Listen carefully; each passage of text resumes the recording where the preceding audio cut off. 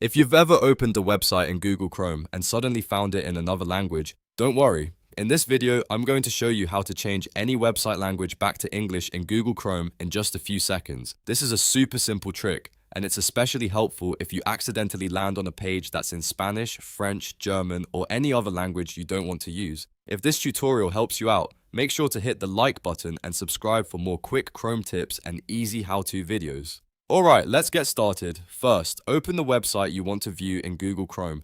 Make sure the page is fully loaded because Chrome needs the web page to be open before you can translate it.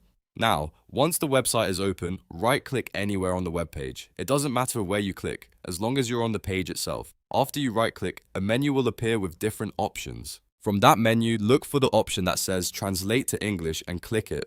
As soon as you do that, Google Chrome will automatically translate the current page into English. In most cases, the translation happens instantly, and you'll be able to read the website in English right away without refreshing or opening any extra settings. This works great when you want to quickly understand a page without changing the original website language permanently.